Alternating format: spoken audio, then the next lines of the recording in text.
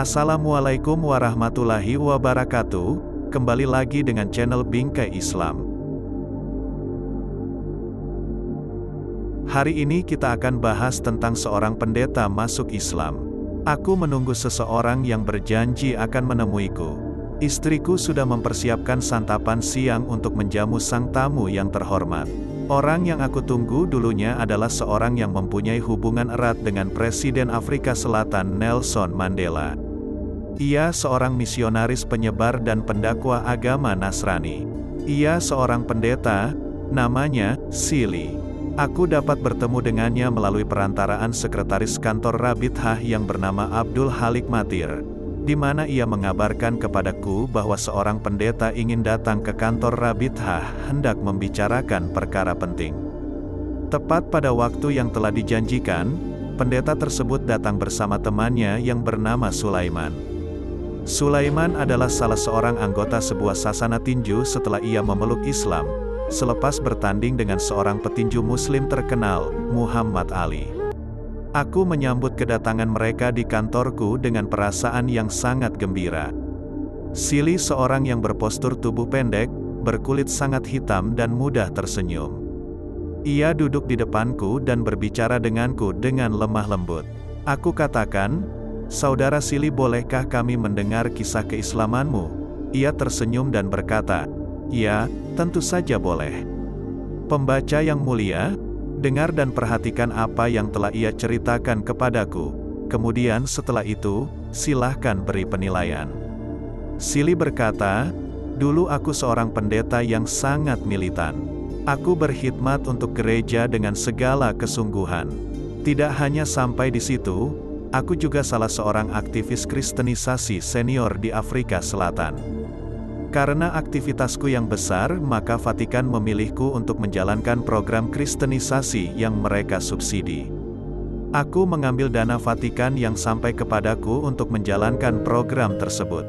Aku mempergunakan segala cara untuk mencapai targetku. Aku melakukan berbagai kunjungan rutin ke madrasah-madrasah, sekolah-sekolah yang terletak di kampung dan di daerah pedalaman. Aku memberikan dana tersebut dalam bentuk sumbangan, pemberian, sedekah dan hadiah agar dapat mencapai targetku, yaitu memasukkan masyarakat ke dalam agama Kristen. Gereja melimpahkan dana tersebut kepadaku sehingga aku menjadi seorang hartawan, mempunyai rumah mewah, mobil dan gaji yang tinggi. Posisiku melejit di antara pendeta-pendeta lainnya.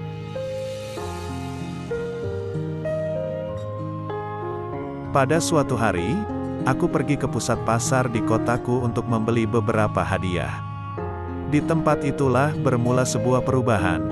Di pasar itu aku bertemu dengan seseorang yang memakai kopiah. Ia pedagang berbagai hadiah. Waktu itu aku mengenakan pakaian jubah pendeta berwarna putih yang merupakan ciri khas kami. Aku mulai menawar harga yang disebutkan si penjual. Dari sini aku mengetahui bahwa ia seorang Muslim. Kami menyebutkan agama Islam yang ada di Afrika Selatan dengan sebutan agama orang Arab. Kami tidak menyebutnya dengan sebutan Islam. Aku pun membeli berbagai hadiah yang aku inginkan. Sulit bagi kami menjerat orang-orang yang lurus dan mereka yang konsisten dengan agamanya, sebagaimana yang telah berhasil kami tipu dan kami kristenkan dari kalangan orang-orang Islam yang miskin di Afrika Selatan. Si penjual Muslim itu bertanya kepadaku, "Bukankah Anda seorang pendeta?" Aku jawab, "Benar." Lantas ia bertanya kepadaku, "Siapa Tuhanmu?" Aku katakan, "Al-Masih." Ia kembali berkata, "Aku menantangmu. Coba datangkan satu ayat di dalam Injil yang menyebutkan bahwa Al-Masih AS berkata, 'Aku adalah Allah' atau 'Aku anak Allah.' Maka sembahlah aku." Ucapan Muslim tersebut bagaikan petir yang menyambar kepalaku. Aku tidak dapat menjawab pertanyaan tersebut. Aku berusaha membuka-buka kembali catatanku dan mencarinya di dalam kitab-kitab Injil dan kitab Kristen lainnya untuk menemukan jawaban yang jelas terhadap pertanyaan lelaki tersebut. Namun aku tidak menemukannya. Tidak ada satu ayat pun yang menceritakan bahwa Al-Masih berkata bahwa ia adalah Allah atau anak Allah. Lelaki itu telah menjatuhkan mentalku dan menyulitkanku. Aku ditimpa sebuah bencana yang membuat dadaku sempit. Bagaimana mungkin pertanyaan seperti ini tidak pernah terlintas olehku? Lalu aku tinggalkan lelaki itu sambil menundukkan wajah. Ketika itu aku sadar bahwa aku telah berjalan jauh tanpa arah. Aku terus berusaha mencari ayat-ayat seperti ini, walau bagaimanapun rumitnya. Namun aku tetap tidak mampu, aku telah kalah. Aku pergi ke dewan gereja dan meminta kepada para anggota dewan agar berkumpul. Mereka menyepakatinya. Pada pertemuan tersebut aku mengabarkan kepada mereka tentang apa yang telah aku dengar. Tetapi mereka malah menyerangku dengan ucapan, "Kamu telah ditipu orang Arab. Ia hanya ingin menyesatkanmu dan memasukkan kamu ke dalam agama orang Arab." Aku katakan, "Kalau begitu, coba beri jawabannya." Mereka membantah pertanyaan seperti itu, namun tak seorang pun yang mampu memberikan jawaban. Pada hari Minggu, aku harus memberikan pidato dan pelajaranku di gereja. Aku berdiri di depan orang banyak untuk memberikan wejangan. Namun aku tidak sanggup melakukannya. Sementara para hadirin merasa aneh, karena aku berdiri di hadapan mereka tanpa mengucapkan sepatah kata pun. Aku kembali masuk ke dalam gereja dan meminta kepada temanku agar ia menggantikan tempatku.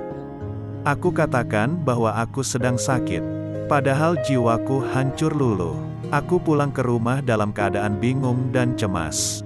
Lalu aku masuk dan duduk di sebuah ruangan kecil. Sambil menangis aku menengadahkan pandanganku ke langit seraya berdoa. Namun kepada siapa aku berdoa? Kemudian aku berdoa kepada Zat yang aku yakini bahwa Dia adalah Allah Sang Maha Pencipta, ya Tuhanku.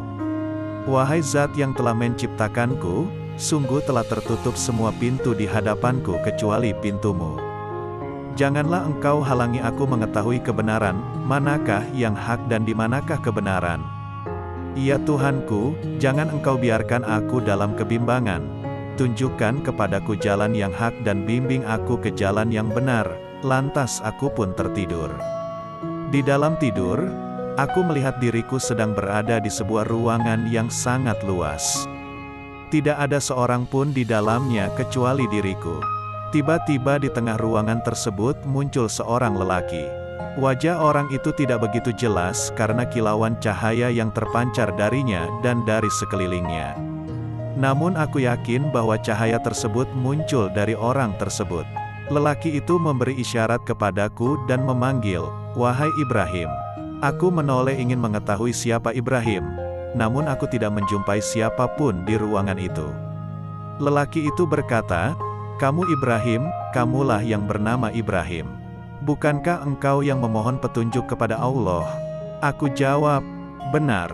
Ia berkata, "Lihat ke sebelah kananmu." Maka aku pun menoleh ke kanan dan ternyata di sana ada sekelompok orang yang sedang memanggul barang-barang mereka dengan mengenakan pakaian putih dan bersorban putih.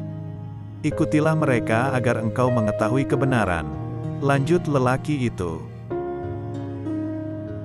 Kemudian aku terbangun dari tidurku. Aku merasakan sebuah kegembiraan menyelimutiku. Namun aku belum juga memperoleh ketenangan ketika muncul pertanyaan, di mana gerangan kelompok yang aku lihat di dalam mimpiku itu berada. Aku bertekad untuk melanjutkannya dengan berkelana mencari sebuah kebenaran, sebagaimana ciri-ciri yang telah diisyaratkan dalam mimpiku. Aku yakin ini semua merupakan petunjuk dari Allah. Kemudian aku minta cuti kerja dan mulai melakukan perjalanan panjang yang memaksaku untuk berkeliling di beberapa kota mencari dan bertanya di mana orang-orang yang memakai pakaian dan sorban putih berada. Telah panjang perjalanan dan pencarianku. Setiap aku menjumpai kaum muslimin, mereka hanya memakai celana panjang dan kopiah. Hingga akhirnya aku sampai di kota Johannesburg. Di sana aku mendatangi kantor penerima tamu milik Lembaga Muslim Afrika. Di rumah itu aku bertanya kepada pegawai penerima tamu tentang jamaah tersebut. Namun ia mengira bahwa aku seorang peminta-minta dan memberikan sejumlah uang. Aku katakan, "Bukan ini yang aku minta. Bukankah kalian mempunyai tempat ibadah yang dekat dari sini? Tolong tunjukkan masjid yang terdekat." Lalu aku mengikuti arahannya dan aku terkejut ketika melihat seorang lelaki berpakaian dan bersorban putih sedang berdiri di depan pintu. Aku sangat girang, karena ciri-cirinya sama seperti yang aku lihat dalam mimpi. Dengan hati yang berbunga-bunga, aku mendekati orang tersebut. Sebelum aku mengatakan sepatah kata, ia terlebih dahulu berkata, "Selamat datang ya Ibrahim." Aku terperanjat mendengarnya. Ia mengetahui namaku sebelum aku memperkenalkannya. Lantas ia melanjutkan ucapannya, "Aku melihatmu di dalam mimpi bahwa engkau sedang mencari-cari kami. Engkau hendak mencari kebenaran. Kebenaran ada pada agama yang diridai Allah untuk hambanya yaitu Islam." Aku katakan, "Benar. Aku sedang mencari kebenaran yang telah ditunjukkan oleh lelaki bercahaya dalam mimpiku, agar aku mengikuti sekelompok orang yang berpakaian seperti busana yang engkau kenakan. Tahukah kamu siapa lelaki yang aku lihat dalam mimpiku itu?" Ia menjawab, "Dia adalah Nabi kami Muhammad, Nabi agama Islam yang benar. Sulit bagiku untuk mempercayai apa yang terjadi pada diriku. Namun langsung saja aku peluk dia dan aku katakan kepadanya, 'Benarkah lelaki itu Rasul dan Nabi kalian yang datang menunjukiku agama yang benar?' Ia berkata, 'Benar.'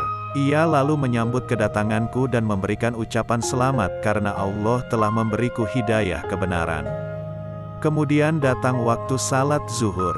Ia mempersilahkanku duduk di tempat paling belakang dalam masjid dan ia pergi untuk melaksanakan salat bersama jamaah yang lain. Aku memperhatikan kaum muslimin banyak memakai pakaian seperti yang dipakainya. Aku melihat mereka ruku dan sujud kepada Allah. Aku berkata dalam hati, 'Demi Allah, inilah agama yang benar.' Aku telah membaca dalam berbagai kitab bahwa para nabi dan rasul meletakkan dahinya di atas tanah sujud kepada Allah.